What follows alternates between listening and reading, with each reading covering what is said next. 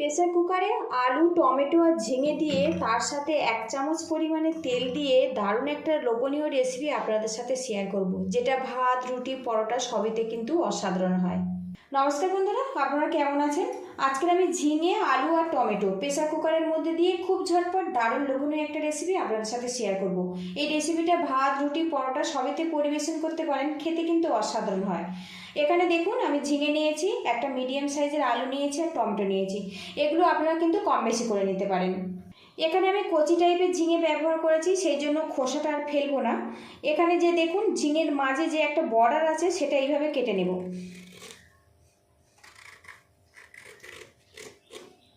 আর বন্ধুরা, আমি সবসময় চেষ্টা করি ঘরে থাকা উপকরণ দিয়ে একদম নতুন নতুন রেসিপি শেয়ার করার জন্য। প্লিজ বন্ধুরা, লাইক, শেয়ার, সাবস্ক্রাইব করে আমাকে একটু সাপোর্ট করবেন। আর বন্ধুরা, ঝিঙে অনেকদিন খাওয়ার পরে শেষের দিকে কিন্তু আর খেতে ভালো লাগে না, কিংবা একঘেয়েমি মাছের ঝোল ঝোল পোস্ত ভালোই লাগে না। আজকে যে রেসিপিটা আমি শেয়ার করছি খুব ঝটপট কিন্তু রেডি হয়ে যায়। আর এই রেসিপিটা কিন্তু ভাতের সাথেও খুবই ভালো লাগে, আবার রুটি, পরোটা দিয়েও কিন্তু খুবই ভালো লাগে। এইভাবে ঝিঙের বর্ডারটা আমি এইভাবে কেটে নেব।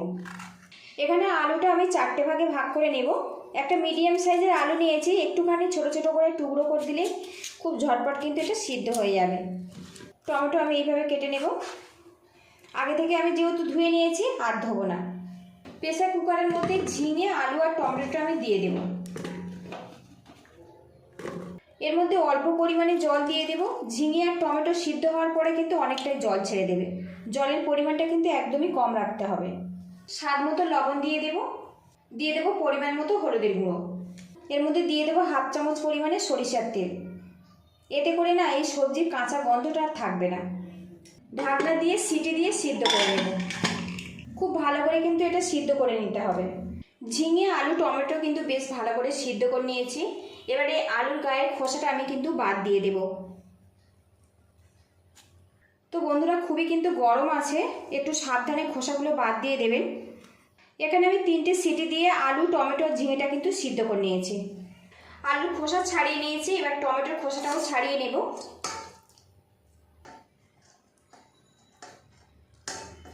খোসা ছাড়িয়ে নিয়েছি, এবার খুন্তি দিয়ে এইভাবে ম্যাশ করে নেব।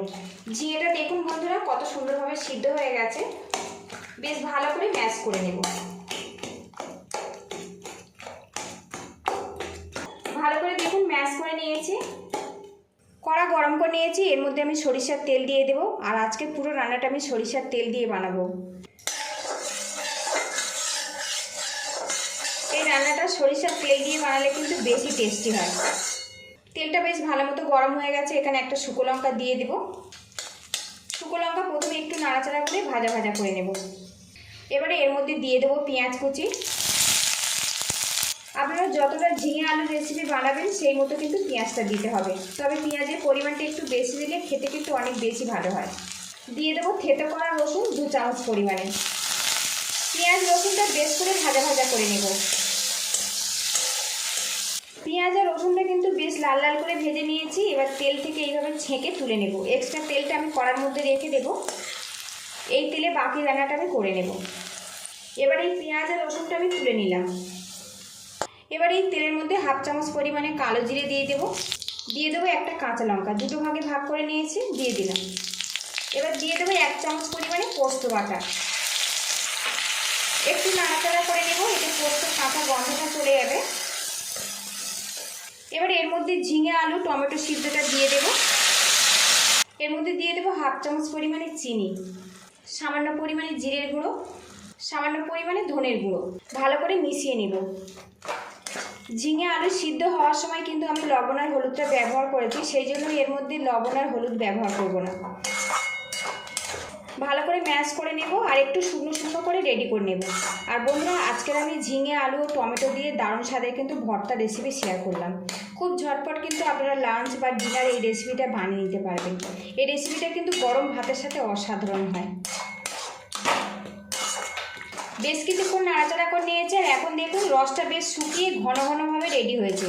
এইরকম ঘন ঘন করে আমি রেডি করে নেব, কারণ এর থেকে খুব বেশি শুকনো করলে খেতে ভালো লাগবে না। আর এখানে কিন্তু ঝালটা আপনারা স্বাদ মতো দেবেন। প্রথমে রসুন, পেঁয়াজ, যে লঙ্কাটা আমি ভেজে নিয়েছিলাম দেখুন হাত দিয়ে একটু ম্যাশ করে নিয়েছি। এবার এই মিশ্রণটা আমি ঝিঙের মধ্যে দিয়ে দিলাম। ভালো করে মিশিয়ে নেব। ঝিঙে অনেক রকম রেসিপি তো বন্ধুরা আপনারা খেয়েছেন, আমার মতো করে এই রেসিপিটা একবার বানিয়ে দেখতে পারেন। এটা কিন্তু খুবই ডিলিশিয়াস। ভালো করে মিশিয়ে নিয়েছি। ঝিঙে, আলু, টমেটো দিয়ে দারুণ স্বাদের ভর্তা কিন্তু বন্ধুরা আমার রেডি হয়ে গেছে। গ্যাস লিডটা আমি বন্ধ করে দেবো। আর লুকিংটা দেখুন বন্ধুরা, কি সুন্দরভাবে রেডি হয়েছে দেখুন। সবশেষে এর মধ্যে 1 চামচ পরিমাণে সরিষার তেল দিয়ে দেব। ভালো করে মিশিয়ে নেব। ভর্তা আমার রেডি হয়ে গেছে। আজকে গরম ভাতের সাথে পরিবেশন করব। পুরো ভিডিওটির সঙ্গে থাকার জন্য অসংখ্য ধন্যবাদ। ভালো থাকবেন, সুস্থ থাকবেন, দেখা হবে নেক্সট ভিডিওতে।